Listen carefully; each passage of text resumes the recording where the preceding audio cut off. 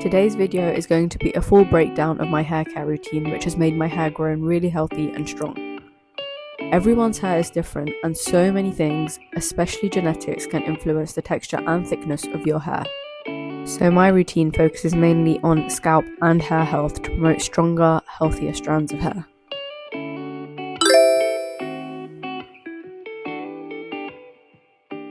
So for some context, I have naturally thick, wavy, textured hair, and I trim my hair at home every 4 to 6 months using the butterfly haircut method to prevent split ends and uneven lengths.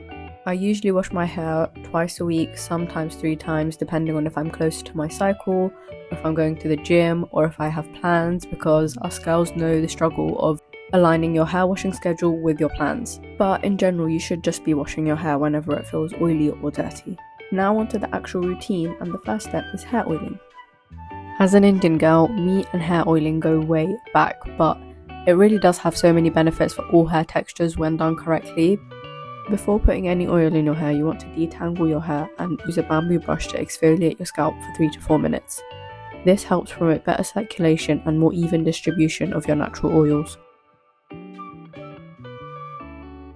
You can even use the inversion method, which is where you flip your head upside down and brush like I'm doing here, or you can even use your fingertips. I use the Fable and Mane hair oil, but you can use any hair oil that you want. Just don't use essential oils on your scalp because these need to be diluted with a carrier oil. I recommend just cutting out the guesswork and buying a hair oil that's specifically formulated for hair. In terms of actually putting the oil in, I follow Kaylee Boyle's oiling routine, so I part my hair down the middle, put a few drops of oil in the pot and rub it in. I then move over an inch and create another part and repeat. I repeat this over my whole head. And you really only need 1, maybe 1.5 droppers max for your whole scalp. Too much oil can actually have the opposite effect and clog the follicle, which leads to hair loss.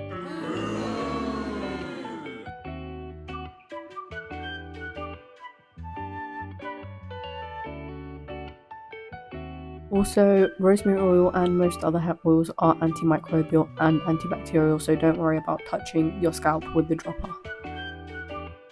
And for the back of my hair, there's not really any real technique, I just poke the dropper back there. I also take a few extra drops on my fingertips and massage it into my hairline. You girls that wear your hair in slick back styles often especially want to do this because the hair around the hairline is the most fragile and prone to breakage.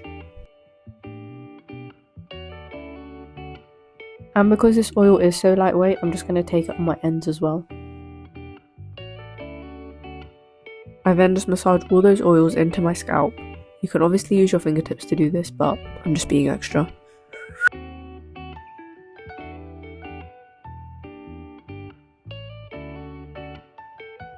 I also like to put a bit of this Fino mask on the ends of my hair because my ends tend to get the most dry.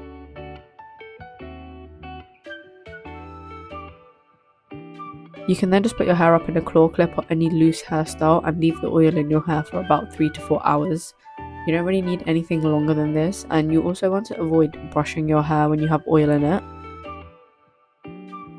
I oil my hair once a week, but it can take anywhere between 3 to 6 months to actually notice the results of hair oiling, but once you get the steps down, it's really easy and just seamlessly becomes part of your routine.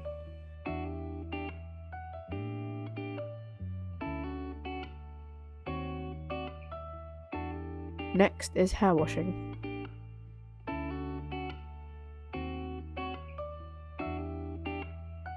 I always start by getting my hair really wet with warm water. This just helps to open up the pores on the scalp and the cuticle of the hair. I then just go in with my first round of shampoo. I always double cleanse my hair, but you especially want to do this when you have oils in it. I just use this Pantene shampoo, nothing fancy. I've used it for years and it works for me.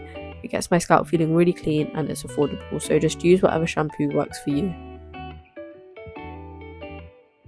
I then go in with my second round of shampoo, but this time I go in with a scalp massager to make sure that no oil or build-up is left behind. Also, about once a month I'll use a clarifying shampoo to remove any product build-up that's been weighing my hair down or making it appear dull. But I make sure to use a hair mask or a deep conditioner because clarifying shampoo can tend to make your hair feel really dry.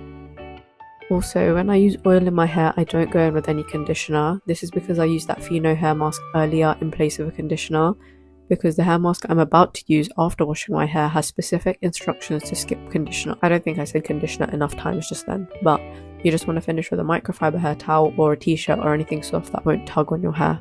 Now is post-hair wash. I go in with my K18 hair mask first. This is the hair mask I was talking about that tells you to skip conditioner. With this product, you have to rub it in your hands and emulsify it to activate the product. Otherwise, you're literally just wasting it. You'll know it's ready to put in your hair when it turns white. I put it all over my hair and leave it for 4 minutes. I do notice my hair being healthier after each time using it. I then go in with some leave-in conditioner to give my hair some slip before detangling. I alternate between two. On days where I'm just doing a blow dry to have my hair done throughout the week, I use this Pantene one because it's just cheaper and it does the job. On days where I am planning to go out, I'll use this Davines styling milk. It smells really good and it makes my hair dry really soft with less frizz. I'll also put some oil or serum in my mids and ends at this point because my hair loves oil and serum when it's damp. I use this unbrush on wet and dry hair because your hair is really fragile when it's wet, so you want to use a wet brush or a wide tooth comb to prevent breakage. This brush also has no back, so you don't get product buildup, because product buildup on your hair brushes can make your hair greasy quicker, so it's good to deep clean them once in a while as well. The last step is to use heat protectant before heat styling. I use the Colour Wow Dream Coat, which also acts as a heat protectant. I only use this every couple of washes to help with frizz, mainly when I'm about to style my hair using the Dyson Airwrap. For Colour Wow to actually work, you need to use a lot and activate it with heat intention. Next is my favourite part, which is actually styling my hair. I style my hair using different tools and I switch it up all the time. The main tools that I use are the Dyson Airwrap, a heated thermal round brush or a hair straightener, but I usually just want some kind of style with a curl or a curve to it because I've got layers. A big bouncy curly blowout is like my signature style. I'll probably try to do a separate video on how I heat style my hair with different tools to get that blow dry look. My personal favourite hair tool to use, whether you're a beginner or not, is this heated thermal round brush. I always say that if you have this tool, you basically don't need any other hair tool because it gives you the perfect salon style blow dry so easily. Like, anyone can make their hair look good with this tool, even if you have textured hair. The last part of my routine is preserving the heat style to make it last as long as possible and to avoid me having to use heat on my hair until the next wash day. If I'm feeling lazy, I'll just put my hair up in a loose bun with a big scrunchie like this. This keeps the volume and shape of the heat style.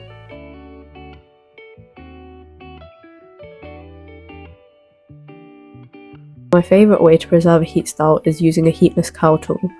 If I'm doing my hair during the day, I like using these rods whilst I do my makeup or get ready because they give really nice volume. I just can't sleep in these because they're so uncomfortable. I don't know how people do it.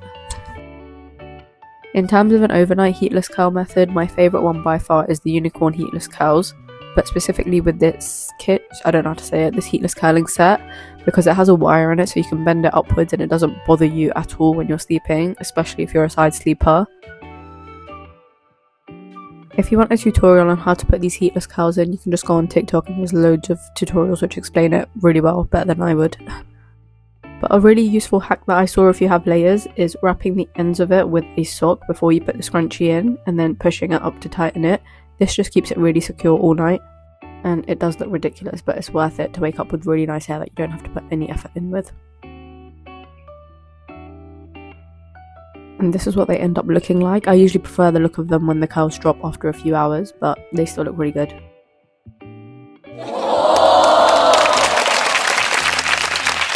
That is literally my reaction every time, because every time I'm shocked at how good they look. But yeah, that is my full hair care routine. I just love taking care of my hair and styling it. It's my favourite accessory. I used to actually hate having thick hair growing up, but now that I know how to take care of it and style it, I really love it. And there's me smiling for like the first time this whole video because ain't nothing funny until your 6-hour hair wash day is done.